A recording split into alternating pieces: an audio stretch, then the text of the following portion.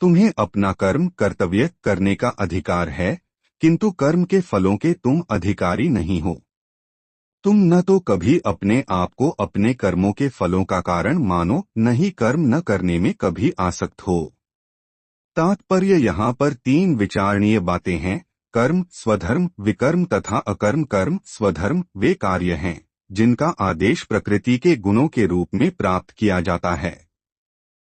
अधिकारी की सम्मति के बिना किए गए कर्म विकर्म कहलाते हैं और अकर्म का अर्थ है अपने कर्मों को न करना। भगवान ने अर्जुन को उपदेश दिया कि वह निष्क्रिय न हो, अपितु फल के प्रति आसक्त हुए बिना अपना कर्म करे। कर्म फल के प्रति आसक्त रहने वाला भी कर्म का कारण है। इस तरह वह ऐसे कर्मफलों का भोक्ता होता है।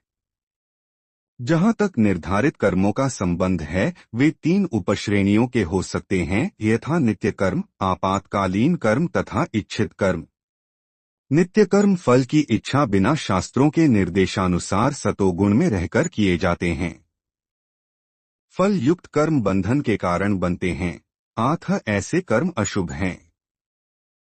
हर व्यक्ति को अपने कर्म पर अधिकार है, किंतु उसे फल से अनासक्त होकर कर्म करना चाहिए।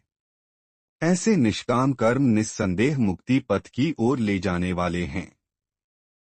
अतएव भगवान ने अर्जुन को फलासक्ति रहित होकर कर्म स्वधर्म के रूप में युद्ध करने की आज्ञा दी।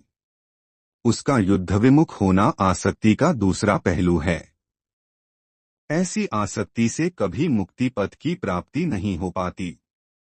आसक्ति चाहे स्वीकारात्मक हो या निषेधात्मक, वह बंधन का कारण है। अकर्म पापमय है। अतः कर्तव्य के रूप में युद्ध करना ही अर्जुन के लिए मुक्ति का एकमात्र कल्याणकारी मार्ग था।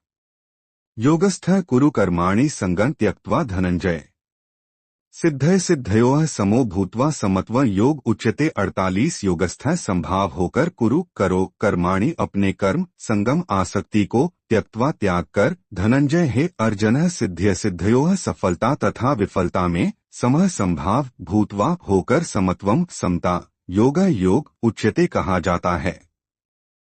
हे अर्जुन, जय अथवा पराजय की समस्त आसक्ति त्याग कर संभाव से अपना कर्म करो, ऐसी समता योग कहलाती है। तात्पर्य कृष्ण अर्जुन से कहते हैं कि वह योग में स्थित होकर कर्म करे। और योग है क्या? योग का अर्थ है सदैव चंचल रहने वाली इंद्रियों को वश में रखते हुए